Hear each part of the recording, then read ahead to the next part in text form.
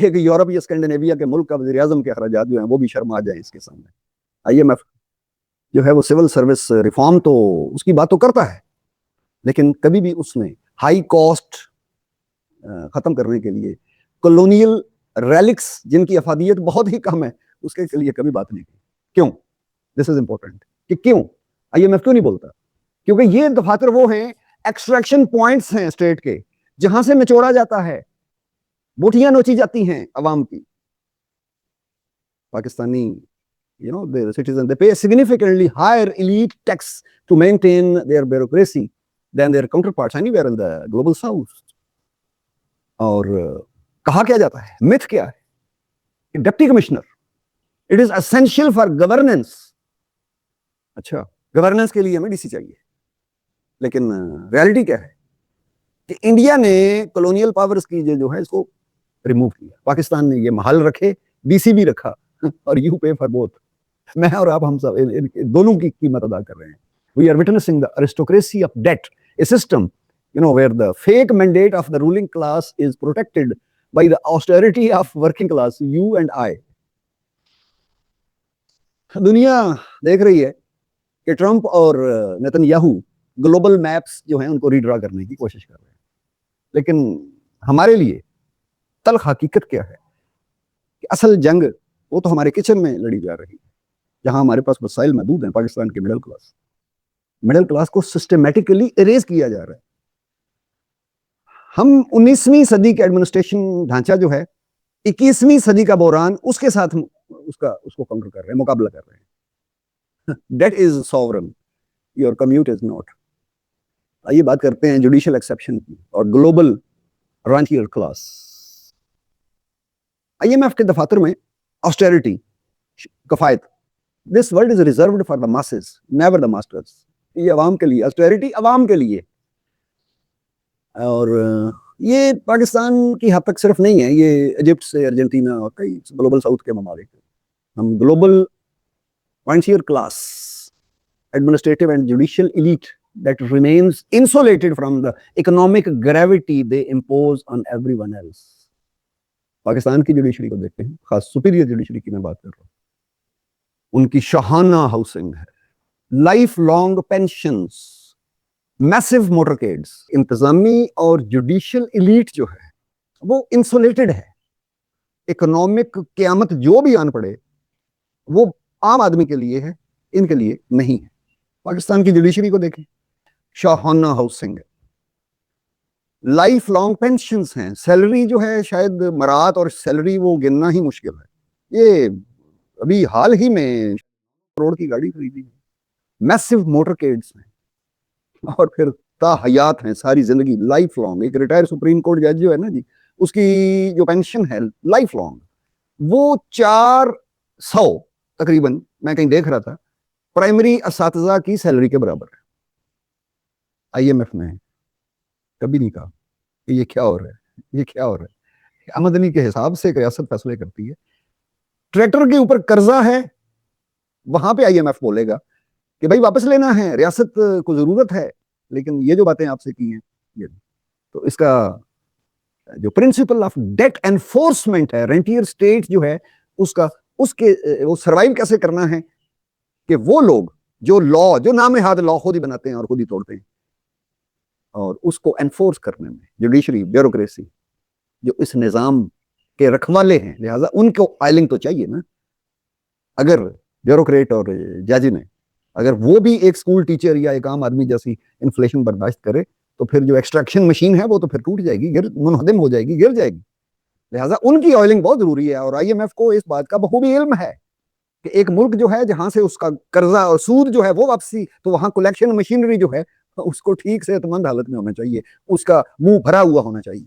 Global financial system جو ہے وہ انشور کرتا ہے کہ لوکل ایلیٹ جو ہے کسی بھی ریاست کے اندر وہ ایک لائل پارٹنر رہے, تاکہ ڈیٹ ری پیمنٹ جو ہے وہ پروسیس وہ رکے نہ, وہ چلتا رہے. ایک دائمی پیرینیل ایک ویشس سائیکل جو ہے وہ جان پرکنس میں ایک دفعہ کہا تھا, اس نے اکنامک ہٹ مین کی بات کرتے ہوئے, that the goal was never to help the poor. It was a trap the state in a cycle of debt. where the elite are well placed jailers. ہم سارے قید ہیں، وہ جیلرز. پیٹرو ڈالر کی طرف آتے ہیں. اس کا جنازہ آہستہ آہستہ ڈیولپ ہو رہا ہے، جو آغاز کیا تھا ٹرمپ اور نیتن یاہو نے. اور جب ہم ایک انٹرنل کسی بھی ملک کی وہ بات کر رہے ہیں تو ہم جو باہر آگ لگی ہوئی ہے اس کی بات بھی نہیں کر رہے. ایڈونچرز جو ہیں ٹرمپ اور نیتن یاہو کے، انہوں نے گلوبل انرجی اور جو فائنینشیل مارکیٹس ہیں ان کو پولی کرائسس میں مبتلا کر دیا. اب یہ جو وقت جا رہا ہے اپریل 2026، اس میں جو مڈل ایسٹ کے اندر جو اسکیلیشنز ہیں انہوں نے صرف تیل کی قیمت پر بیرل نہیں بڑھائی، اس نے جو پیٹرو ڈالر کی اسٹیبلٹی ہے، اس کا جو استحکام ہے، اس کا بھی جنازہ آہستہ آہستہ اٹھانا شروع کر دیا. اب دیکھیں انڈیا کی طرف ان حالات میں ذرا غور کریں کہ اس کے پاس فورن ایکسچینج کوشن ہے، پھر اس کے پاس ایک انرجی اسٹریٹجی ہے پوری جو بڑی ڈائیورسیفائڈ ہے، اور اس کے پاس کئی مہینوں کا بفر ہے، کوشن موجود ہے. لیکن ایک front line state like Pakistan جو اسٹریٹجک رینٹس اور I M F bailouts پہ منحصر ہے، اس کے پاس کوئی کوشن نہیں. لہٰذا جب بھی کوئی جیو پولیٹیکل زلزلہ آتا ہے، ٹریمرز، تو obvious سی بات ہے کہ جو ایک ویکسٹ اسٹرکچر ہے اس نے پہلے کولیپس کرنا ہوتا ہے. اور آئی ایم ایف کینسر جو ہے وہ پھیل رہا ہے. وہ کیا میڈیکل ٹرم ہے؟ میٹا. کیونکہ جو گلوبل باڈی ہے وہ اب اسٹیبلائزر نہیں ہے، استحکام دینے والی نہیں، بلکہ لیکوڈیٹر ہے. اور وہ ڈیمانڈ کر رہی ہے دیگر پاکستان کے ساتھ ساتھ جو گلوبل ساؤتھ کے دوسرے وکٹمس ہیں کہ وہ وولیٹیلٹی جو ایک اس کو پے کریں. ویسٹرن جیو پولیٹیکل جو چالیں چلی جا رہی ہیں، گیمبلز ہیں، اس کا ادائیگی وہ کریں. جب آئی ایم ایف تعریف کرتی ہے پرائس ہائیک کی تو وہ اکنامک وزڈم کی تعریف نہیں کر رہی کہ بڑی کو دانش مندی کا فیصلہ ہے. وہ سیلیبریٹ کیا کر رہے ہیں؟ ایک successful transfer of wealth from a strong labourer in Punjab to a bond holder in London اور نیو یارک اور اینی ویسٹرن کیپٹل. عام آدمی کی زندگی جو ہے اس کو قربان کیا جا رہا ہے. یہ جو ایک ڈوبتا ہوا ورلڈ آرڈر ہے، ایک ڈائنگ ورلڈ آرڈر ہے، اس کی قربان گاہ پہ قربان کون ہو رہا ہے؟ عام آدمی. اور ڈیٹ جو ہے ساورینٹی صرف اس کی ہے. تو اس گفتگو کا خلاصہ کیا ہے؟ It's a case study of a liquidated nation.